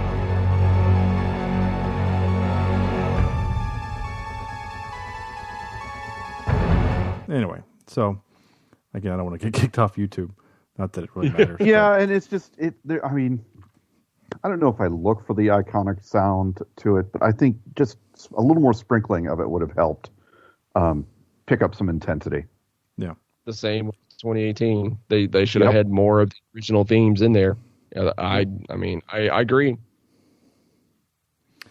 The last couple notes I'm going to read, I did write those poor firefighters. I mean, I know that they're actually bad physical fighters, but damn, that was terrible. Also, who called the fire department? Right. And apparently all of a sudden she has neighbors.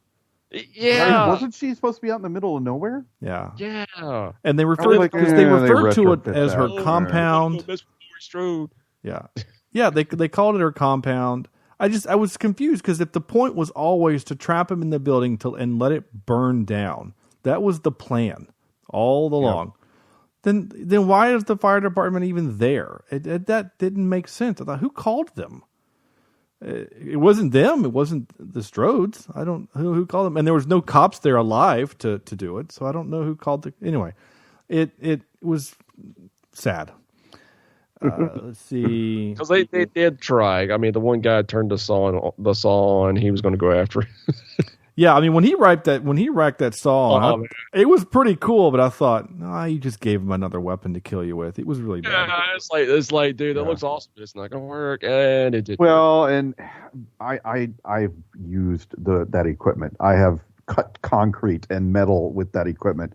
There is no way, shape, or form you're going to be able to be quick enough with that to hurt somebody with it. And it was the same thing I said in Army of the Dead when that guy was using it as well. It's not a tool for that type of use.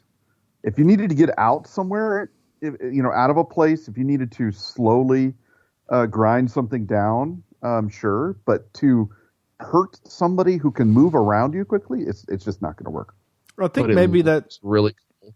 Oh, it does look really cool. I think it works for totally Army of the Dead because the zombies are pretty slow moving. So I think it works there. But they also did use it to cut a lock or something. So I mentioned that.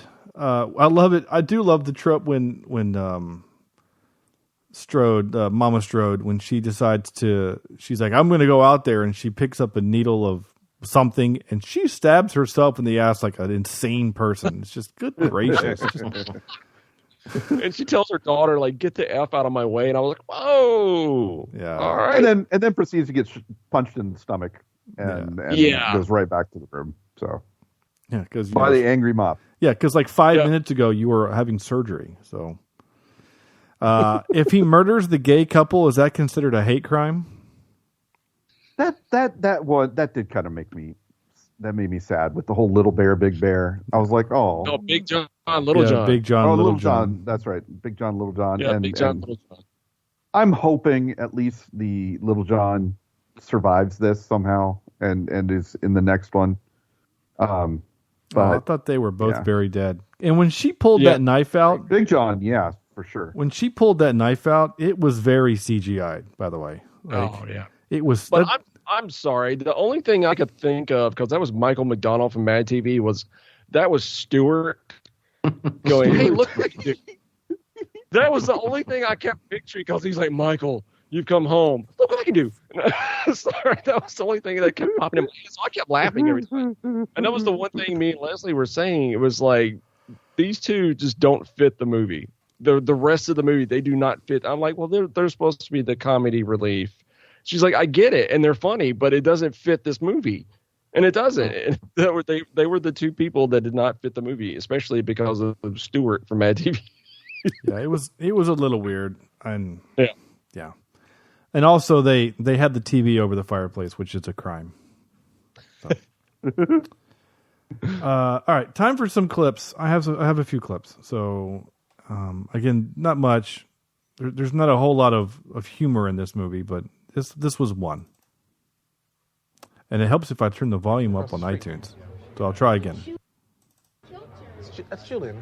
That's the little asshole kid from across the street. There you go. Little asshole kid from across the street. I like from 2018 when he's like talking about he's sitting on the couch clipping his nasty toenails. Yeah. Mm-hmm. I love that kid. This is every conversation ever had in the South. How about this sassy tackle? You have a permit for all these? Some of them.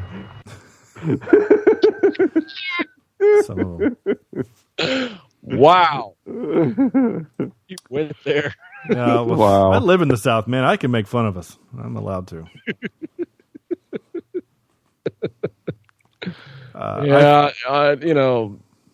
Yeah, that has been some conversations. This. Hey, Michael. It's Halloween. Everyone's entitled to one good scare. Yeah, everyone's entitled to one good scare. Yeah. And then, and then he doesn't shoot him, which is what he should have done. Exactly. And then he dies. And then he very dies. quickly, too. Another one. Yeah, you bring him back, and then only to kill him off really fast. All right, time for this. And now for some more bad news. Ready? Well, since Leslie wasn't here to read off all the trivia, I have some trivia to read. Yeah, she's the research one. Actual firefighters from the Cannon Air Force Base Fire Department appear in the film's opening. Oh. Wow. Okay. Oh, they killed actual firefighters. I know. Lovely. Hope they got comp time or something. Ross Bacon, who played the mental patient named Tivoli in Halloween. Is his name really Bacon? Yeah. Yep. Nice. He passed away before the release of the movie of Halloween Oh. Kills. Yeah. Wait, wasn't he Harry Potter too? He was in Harry Potter, and he was also the Les Mis. You know, the guy who. He's not Gerard. I'm not who you're thinking of, but no, that's not him. No, it's not him. Okay. I'm trying to think who you're thinking of. You Harry know, Potter. the keeper of the house. Argus Filch? I think I know what you're talking about. Joe Pesci. Oh, No, he and his wife are taking care of Fontaine, or not Fontaine, of a little girl, and they're going around at the end picking up all the gold from all the dead people. Right? No, apparently he's only been in 3 different things. Yeah, he's been so in this is 3 like- things. Okay, Halloween fine. Kills. Technically, he was in Halloween 2018, though he's not credited as being in it. No. He was in a Pitbull featuring Jennifer Lopez video. Good for him. And something called Shoot or Die, which is in post-production. So he's 3. He's in 3. Oh, okay. Like he was the Ron Weasley's rat. Oh, wow. No. No. Oh, my God. No. Okay. You said Harry Potter. I was thinking that's what you were thinking, but yeah. No. Not even close. But that's fine. I thought you were talking about Russell Crowe for a minute. Maybe it was his brother or something. This is amazing. Right? I mean, they've got to be related. You think so? Yeah. Well, that's okay. You think a lot of weird things, so I guess that's fine too. Sure. Oh my gosh, he's talking about Timothy Spall, by the way, Wormtail from the Harry Potter films. Yeah, that's it. Who's in a lot of really good things, but is 100% not this guy. So, are you sure? I am absolutely sure. Maybe he went under, like, you know how some novelists will have a pen name. Sure. Oh, maybe name? that's a ghostwriter. He does that acting. Okay. He is such a good character actor that he can do that. He can change his complete look and everything. Because he doesn't even look like that guy at all. Except that he's kind of short and white. That's about it. Oh, racist. Yeah. See, same as a racist. All right. Busta Rhymes, who was in Halloween Resurrection, was almost included in this film, but was scrapped. Thank God. Oh, Jesus. Did not need trick or treat.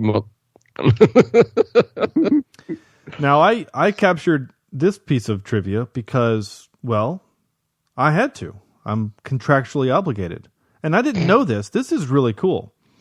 Though the original house that was used in the Myers house in Halloween is in South Pasadena, California, and is still standing, it is not used for the Myers house in this film.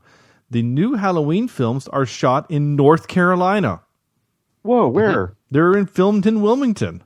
The facade exists on an actual street with the interior scenes being shot on a soundstage. The original house, which is now used as an insurance agency, is owned by someone who does not enjoy the legacy of the house, even has signs on the property asking people not to go onto the porch to take pictures. However, fans will ignore the signs and take pictures, especially on Halloween.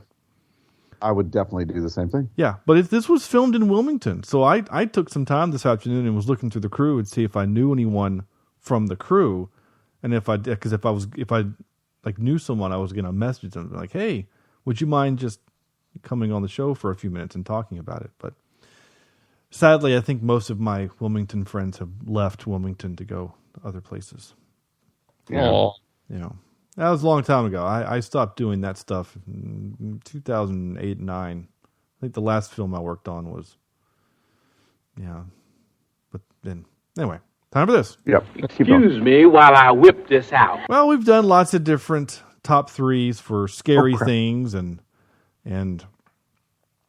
horrors and hauntings and stuff. And tonight, like I said, this is a weird episode. We're doing nothing like that.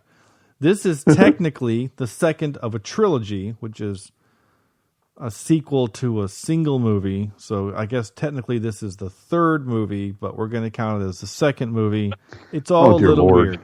So I've decided that we're going to do top 3 second movies of the series, or of a series. The second movie. Because I'm counting this as the second of the trilogy that ends the series until someone comes along and makes more. Yeah.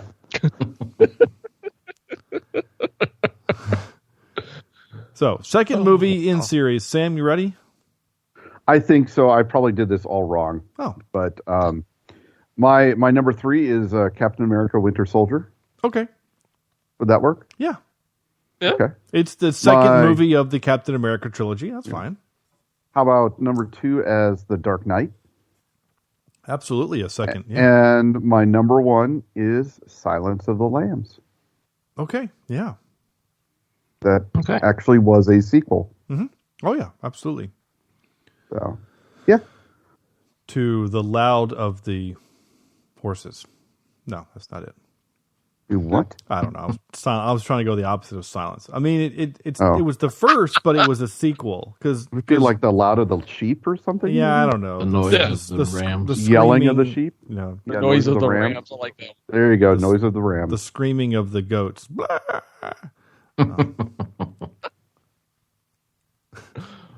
Wow. Yes, I'm tired. I'm very tired. Yeah. Chris, what do you have? All right, so Empire Strikes Back. Sure. And yeah, definitely. Beverly Hills Cop 2. All right. Yeah. And Aliens. Yeah. Now, technically, Aliens. Technically, Alien is not a trilogy. We didn't say trilogy. We said series. But yeah. So I'm going with Aliens. Yeah, definitely got to go with Aliens. Yeah, definitely Aliens. Definitely. Yeah. Yeah, you're fine. Yeah, again, series, not trilogies. Because I was afraid that if we just did trilogies, we're going to be all fighting over the same 7 movies. Yeah. All right. I will go next and say Spider-Man 2. So not the Amazing Spider-Man. Okay. I'm actually going to say Spider-Man 2 with the original Doc Ock. And because I still think it's a good movie. I still think it holds up. My number 2 is Empire Strikes Back. Okay. And my number 1, I had to, is Star Trek II: The Wrath of Khan. Yeah. Okay. Yeah. Yep. One of the what's arguably the best movie of the franchise and one of the best sequels ever. And it saved the franchise. So there you go. Yeah. Andrew. All right. Kalema. Which Temple of Doom. Which is also a Indiana prequel. Jones. Yeah, it is. But second in the series. I know. Batman Returns. All right. Which we're going to be doing pretty soon. Ooh. And I wanted to throw in Back to the Future too, just because, but I'm actually going to leave that one out for now, but know that it is on the list. So I'm going to go old school, and I'm going to take it back to like 4th grade for me, which is like freshman year of college for Sam. But D2, The Mighty Ducks. Nice. Okay. Yeah. That's when it got real. Yeah. Nice. Yeah. I almost said Back to the Future Part 2, but I decided not. I should have, though, considering we did the first one on the podcast. Okay. Twitter, our 2 Twitter people that always chime in, Jesse, says The Wrath of Khan, Terminator 2, and The Two Towers. Oh, Wrath of Khan, yeah. That's a good one. Yeah, why didn't we think of Wrath of Khan? Why didn't we say that? I don't know. Somebody should have. And Cameron says Catching Fire. Okay. Yeah. Is that the... Yeah, I like that. That's I the like Hunger the Games, right? Yeah. Sure. X-Men 2, and Dawn of the Planet of the Apes. Okay. I like the new Planet of the Apes trilogy. It's a good one. Yeah, I liked it too. Yeah. I haven't seen the last one though. I can't say I liked all of them, but I liked the first two. So yeah, it's good. Okay. It's good stuff. Yeah, Shawn, I noticed you didn't mention New Moon in there. I didn't. Should I have? Because I wasn't planning on it. Tough one. Yeah. Though I have read it. I have read that book. Just checking. Yeah. No, I did read it because my wife asked me to, and I did, and I'm a good husband. So. You're a good husband, yeah. I would not have done that. Yeah. I do good to read the cereal box. I would have read it. See, I read the first one and the second one, and then I said, I can't do it again. So I got lots of brownie points for reading the first two. All right, time for this. Wait, what's supposed to happen? Once again, I hit that button thinking, wait, did I forget Andrew? But no, I'm good. This is where we give this movie an out of 10. 0 to 10. I'm glad I'm in your head now. You live there all the time, Andrew. I'm always thinking. I'm at work submitting my hours, my timesheet. I'm thinking, did I forget Andrew? Should he be on my timesheet? Andrew, you've not seen this movie, so I'm not going to ask you what your score is. But so I'll ask Chris. All right, out of 10, oh man, I'm gonna have to go with a 6.5. Oh my God, you're way too high. Well, I give it 6.5 because all the problems aside, there were still some enjoyable moments to me, and you know, I don't know, I didn't completely hate it like some people that are on this podcast. And I did still have some fun with it. So, yeah, I'll give it 6.5. Okay. Sam? I'm not going to go that. I'm not going to say it's high, but I still enjoyed the cinematography. I like the look of this film. Whatever filters they're using on the cameras, I just enjoy that look. I'm going to give it a good. I'm going to give it a 5.102 out of 10. Right there at the middle. Oh boy, I can't wait for this score. Yeah, this might be a wide range one. Oh, I'm surprised he's that thinking. He is seriously thinking on this one. He can't go low enough to get where he wants it. Is the problem. Here's literally what I'm thinking. Okay, this movie had the most body count of any of the Halloween movies at all. This movie had 28 fatalities, which is a lot. Yeah, it's a lot of stabby stabs and axe to the face and whatever. But I really didn't like the movie a lot. I think a lot of people are hating it for different reasons than I hate it. I don't have the lore to fall back on. I really don't care about the fact that he has superhuman abilities, even if they explain it in some dumb way or they never explain it. We just never find out that why he has, Wolverine level healing or whatever. I don't know, but I guess the stuff that didn't work for me is that the people are all really stupid, and I know that's a horror trope, but I'm tired of it. I'm really tired of it. What I liked about the first one is that it felt like the majority of the people in that movie were making good logical sense, and. Mm-hmm. The only crazy things were the doctor becoming a bad guy. And, most of Michael's kills in that movie are 100% unaware victims. They had no idea it's coming. Yeah. Whereas in this movie, all of the victims, except the couple at the beginning, everyone is aware what's about to happen to them. Because either A, Michael's coming towards them, or B, they're going towards Michael. Everyone dies because of bad decisions or bad physics in their case of the fireman, because that hose should have leveled him to the ground.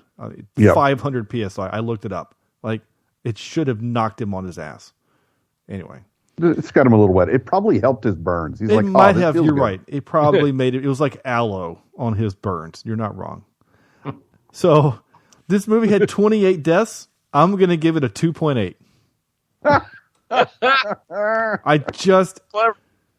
That is clever. I went to bed 0.1 for each death. I went to bed so upset last night. I really did. I was really upset. And I was mad at the Judy Greer death. I was mad at the circle fight at the end. Because I know you have to have a third movie. I know there's going to be a third movie, but they all died so needlessly. And once he stands up, the first time he stands up, again, four of us, sorry, Chris, the four of us, none of us are physically imposing men. I mean, Sam, you're a big dude, but none of us are physically imposing. The moment that he stands back up, I'm getting in the truck and I'm running him over. Yeah. I'm going to use a 2,000-pound vehicle to help me. Or when the cop that's there with the gun, as soon as he goes down, I'm grabbing the gun and I'm backing up 30-something feet, and it makes no sense how people are in these movies. And again, I know you have to have another one, but it's just so frustrating. 2.8 is my final score. That's it. I can't. I'm worn out, and I'm just tired. And I'm going to end with the soundtrack grade. This is a good segment to actually do for this episode. Soundtrack grade. I would give this one a PG for pretty good. Yeah. If we were going to, it's pretty good score. It's not, I don't think it's bad by any stretch. I don't think it's as good as the last one, but maybe because the last one, I think maybe took us off guard at how good it was. Yeah. Or caught us by surprise, maybe. I don't know. But it was good. All right. I didn't take the time to go digging to see if there was a Star Trek connection. I'm sure there is. I'm not going to look. Out of our quote game. Oh, I have to pick a soundbite. This one kind of has. Let's see. Hold on. Not a great plan. There we go. Last week's Mrs. Robinson, you're trying to seduce me, aren't you? Was our quote. By the way, listener Andrew submitted a submission for the previous week saying, "Hey, I just want you to know I'm listening," and I'm like, "Hey, I owe you a sticker anyway." So this is the game where if you listen to the quote, if you know the quote, send me a message on Twitter, Facebook, email, text, whatever. If you know the quote, just message me and give me your address, and I'll mail you a sticker. Andrew, I know I owe you a sticker, and I apologize.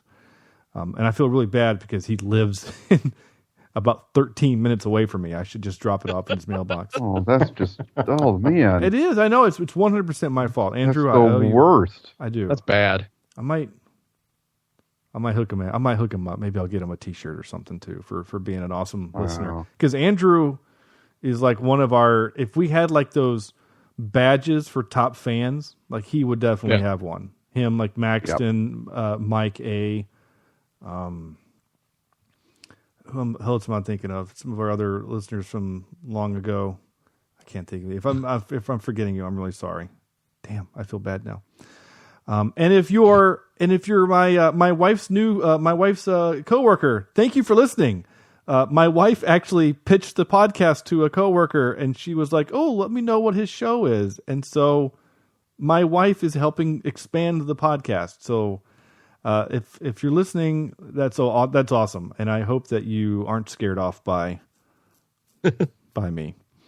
They call me Mr. Tibbs is the quote for this week. They call me Mr. Tibbs. And if you're thinking I said it wrong, they call me Mr. Pig. That quote is taking from that quote. That it makes sense. Okay. I've lost the ability to form coherent sentences.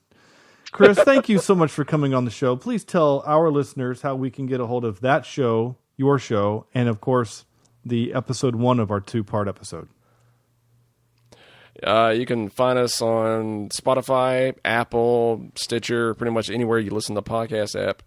You can even listen to our podcast episodes now on Facebook, which you can talk to us there on Facebook, Instagram, and Twitter, especially Twitter. Leslie does Facebook, my co-host, who I do Measuring the Score with, and Shawn and Shawn and Sam. Sorry, Sam. Shawn and Sam joined us for our part 1 of this episode here, which was our first bonus episode. Then we have 2 more bonus episodes coming out. We have Planes, Trains, and Automobiles with digital dissection. Then we have Nightmare Before Christmas coming out respectfully for Thanksgiving and Christmas. So, yeah. Awesome. That's it. Yeah. Oh, Nightmare. That's such a great one. And at some point, I'm going to be on season 2. I'm looking forward to that. Yes. That'll be a lot of fun. Sherlock Holmes. Yeah, that's going to be fun. Looking forward to that one. That soundtrack is on my rotation when I'm driving. When I'm listening to scores, it's on my rotation. Yeah, Zimmer's got a way with doing music, although I'm not a big fan of his score to Dune so much. You haven't watched the movie? I haven't watched the movie yet, so I can't completely judge it, but just listening to it on its own, I know it's very, especially the newest one that the art and soul of Dune, and it's like just sounds like a bunch of drone music. It's very atonal. It is atonal. It 100%. It fits. Sam, tell me the words I'm trying to say. It fits the movie. The movie in itself is like a tone poem, and it creates an atmosphere for the movie. It's one of those where the sum of the whole is. No, wait, that's not the saying either. Oh my gosh, you guys, go to bed. When you put them together, it makes sense. The sum is greater than the parts, or something. Gotcha. Yeah. Got it. I have heard. I'm looking forward to watching it. I know you guys have watched it, but I have heard somebody said it probably was one of you that it would make a better miniseries than. Oh God, yeah. But this should have been an HBO series. Yeah, I think a lot of people have said that, and as long as the same dude would have been directing it, was the showrunner, I think that would have been cool too. But I think the problem is that if you want to get this level of actors, you can't. These guys are not people that are going to sign on for an 8-episode arc miniseries. Yeah. The good news is that they have already greenlit the second movie, and it will come out October of 2023. Yeah, and I'm actually excited about it. I am too. I enjoyed it enough to one. And I also have been seeing people on Twitter are really pissed because they didn't know that this was a part 1. And because I saw the first 5 minutes and it opens up and says Dune Part 1. Yeah, but they didn't advertise that, and so it's the same people that got mad at the Fellowship of the Ring, not knowing that there were 2 more books. Because I remember seeing that in the theater opening weekend, and people were pissed, and people were literally screaming, "What the f!" And my buddy Andrew and I, different Andrew than who I was talking about earlier, we literally stood up and said, "No, there's 2 more books. There's going to be 2 more movies. Come back next Christmas for the 2 Towers." We had to tell people that. All right. Wow. Yeah. This has been a blast. I am so excited to announce. This is a huge announcement. Ladies and gentlemen, listener, and all of the listeners that we stole from Measuring the Score. Next week, we are starting the month of November. We are doing Star Wars. The original trilogy, Star Wars. That's right. A New Hope, Empire Strikes Back, Return of the Jedi. We are doing it. Now, we're gonna use the versions that are available to us on Disney Plus. So there's that. Though I do have access to. I don't know if I should admit this on air or not, but I do have access to A New Hope and Empire Strikes Back on Blu-ray HD theatrical cuts. Interesting. I'm not saying that they're legal copies. I'm just saying I have them. So we're doing that. I'm very excited to announce that. Also, we've already teased it, and I'm going to tease it again. We will do, once Andrew's had a chance to watch Dune, we are going to do probably a shortened episode review of Dune because I'm excited to talk to Andrew about it. So Dune, look for that coming this Thanksgiving. Dune and Star Wars all of the sci-fi. I can't wait. I'm so excited. Cheapseatreviews.libsyn.com is our website. That's the only address you need to know. There you can find links to everything, old episodes, new episodes, our Facebook, Twitter, Instagram, our store. Everything's 35% off. So go there and buy some stuff so that we can, have some money so we can. Because what we're going to intend to do with this money, this is a little insider baseball here, Chris. You'll like this. The money that we've made from the store, we intend to use to buy more things from the store, and we're going to use as giveaways in the future. Nice. So think of it as like Patreon levels. If we get to a certain dollar amount, and we want to do a giveaway, and you win some, if you win a giveaway, and you say, "I want a T-shirt," we can get you a T-shirt. Or I want a mask, we can get you that. So that's coming soon. Pretty excited. We just got to get a few more dollars in the bank so we can make that happen. So go buy a shirt, go buy a mask, go buy a coffee mug. That would be great. Phone case. Those are cool too. Got a mouse pad? I don't think we have those mouse mats. I don't think that's on the site. I'll look. Some people call them mouse pads. I've heard both. For some reason I've heard most recently called mouse mats, and so that's why I said it that way. But mouse pads, it's the same thing. I don't have. People still use mouse pads? I don't. I have two wireless mouses in front of me on my desk. They're just here. They're Mies. Mises. You're right. Mises. Yeah. Yep. That's it. I have nothing more to say, and I'm about to fall asleep as I sit here. And I did not expect this episode to go 2 hours. This has been fun. Thank you again. Yeah, that's true. Yeah.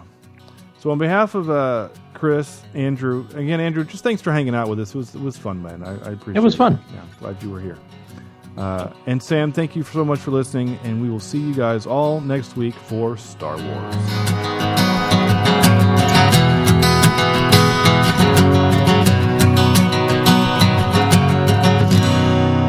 This is Cheap Seat Reviews.